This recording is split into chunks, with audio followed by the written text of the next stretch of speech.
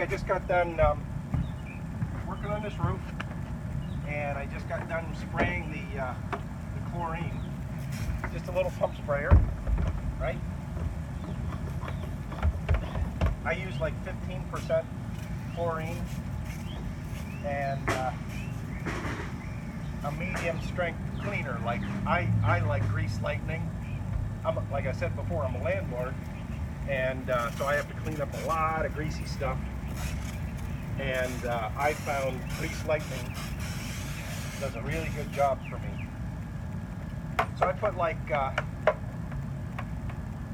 cup of chlorine and a cup of, maybe half a cup of cleaner in this. And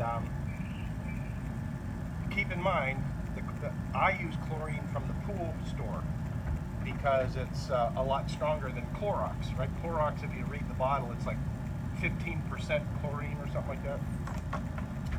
So keep that in mind. If you use Clorox out of a bottle, you're going to take a lot more. And you know, look, all I did that for, spray it down, was to kill the algae. Right? There's some algae right there.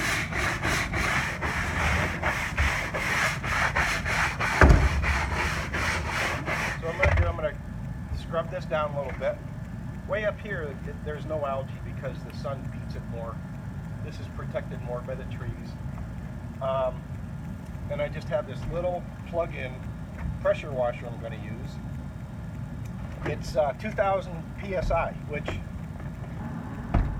isn't bad. I mean, you know, this isn't going to blow anything away. It's not going to cut you unless you put it right on your hand.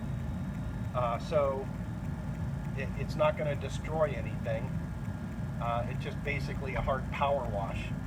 If you're using a rental pressure washer, be careful because 3,000 psi, 4,000 psi, like you rented at the store, that'll cut you. That'll ruin material too. So be careful. Think about what you're doing. You know, we had a delay here of a couple days because the neighbor has a little parakeet or something they keep in their patio, and I didn't want to spray this chlorine with that bird over there, harm his lungs. And so we had to get together with them. They weren't home, and so now we got that taken care of.